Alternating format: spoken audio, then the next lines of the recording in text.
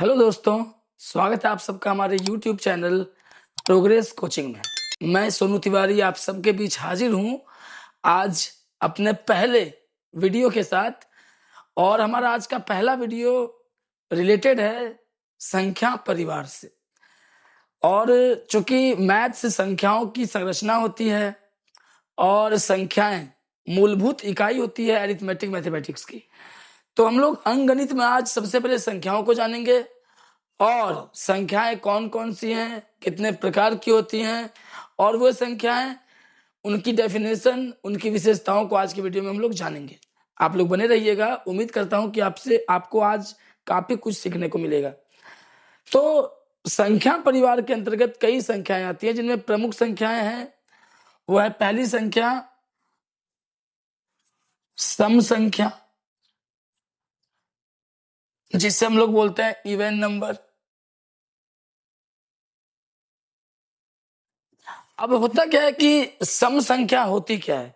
एक बहुत ही कॉमन सा ये संख्या होता है जो अक्सर क्लास 2-3 से शुरू हो जाता है और ये लास्ट 10th तक, उसके आगे भी कॉम्पिटेंस के एग्जामों में भी ऐसी संख्याएं पूछी जाती हैं। तो ये संख्या होती क्या है सम संख्या? तो आप लोग जानिए कि सम संख्या वैसी संख्या होती है दो से विभाजित हो जाती है। जो भी संख्या दो से कट जाए वो संख्या होती है सम संख्या। जो दो से शुरू होकर अनंत तक चलती है, क्योंकि संख्याओं का अंत नहीं है, इसलिए ये संख्याएं दो से प्रारंभ होती हैं, धनात्मक सम संख्या, और वो अनंत तक चलती है। तो सम संख्या कहा किसके जाता है कि जो संख्याएं दो से विभाजित हो उसे या उन्हें सम संख्याएं कहते हैं। फॉर एग्जाम्पल इसका 2, 4, 6, 8 मतलब जो भी संख्याएं विभाजित हो जाएंगी दो से, वो संख्या होगी सम संख्या। अब सम संख्या में सबसे छोटी सम संख्या भी कई बार पूछ बैठता है कि सबसे छोटी सम संख्या 2 है। हम कैसे पहचानेंगे कि कोई संख्या सम संख्या है? क्या हर बार भाग देना जरूरी है? तो नहीं, हर बार हमें भाग देना भी जरूरी नहीं है। सम संख्याओं को पहचानने का नियम है कि इकाई स्थान पर 0, 2, 4, 6, 8 आपको इनमें से कोई भी चीज दिख जाए, 0 दिख जाए, 2, 4, 6, 8 कुछ भी दिख जाए, तो वह संख्या सम संख्या होती है।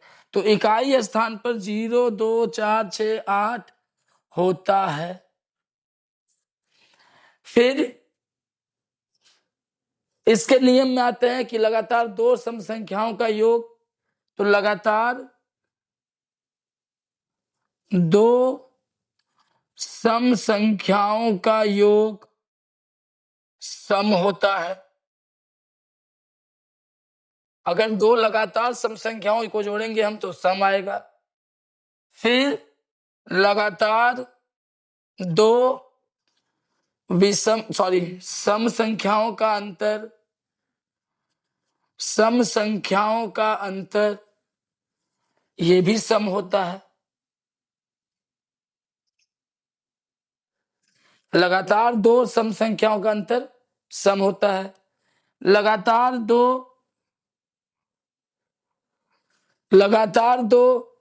सम संख्याओं का गुणनफल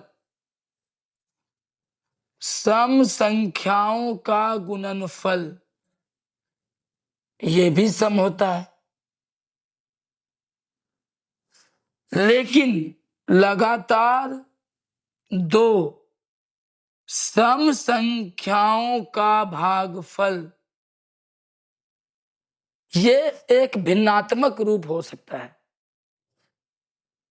एक भिन्न या दशमलव रूप होता है।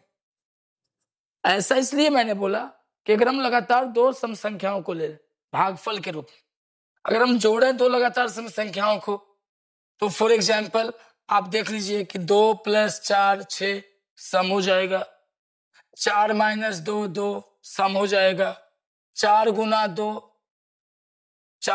2 8 सम हो जाएगा, 4 / 2 2 ये भी सम हो जाएगा। लेकिन ये सभी संख्याओं पर लागू नहीं होता है। तो हम ये बोल सकते हैं कि प्रारंभिक दो लगातार सम संख्याएं, जो प्रारंभ की दो लगातार सम संख्याएं होती हैं, जैसे 4 और 2, तो जब हम इन्हें डिवाइड करते हैं तो हमें सम संख्या प्राप्त हो सकता है।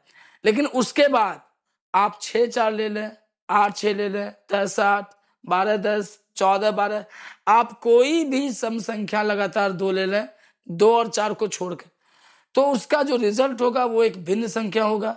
जैसे हम 14/12 को लेते हैं, तो इसका रिजल्ट आ जाएगा अनुपात 7:6 या 7/6, जो एक भिन्न हो जाएगा। हम अगर इसको डिवाइड करेंगे तो ये भाग के रूप में होगा, सॉरी दशमलव के रूप में होगा अगर डिवाइड करेंगे तो। बस ये एक ऐसा संख्या हो सकता है लगातार दो क्रमागत सम संख्या जिसका भागफल सम संख्या होगा। बाकी आप गुना करें, जोड़ें, घटाएं, लगातार दो सम संख्याओं को आप गुना करें, जोड़ें या घटाएं तो वो सम ही आएगा। बस शुरू का दो सम संख्या का भागफल सम होगा, बाकी जितना भी सम संख्याओं का लगातार क्रमिक सम संख्या है उनका भागफल भिन्न होगा। तो ये कुछ रूल्स हैं सम संख्याओं से रिलेटेड।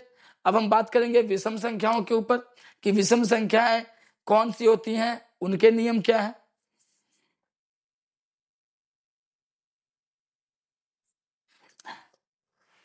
आप इसका स्क्रीनशॉट ले सकते हैं, आप इसका स्क्रीनशॉट ले लें। और अब हम बात करेंगे विषम संख्याओं के ऊपर।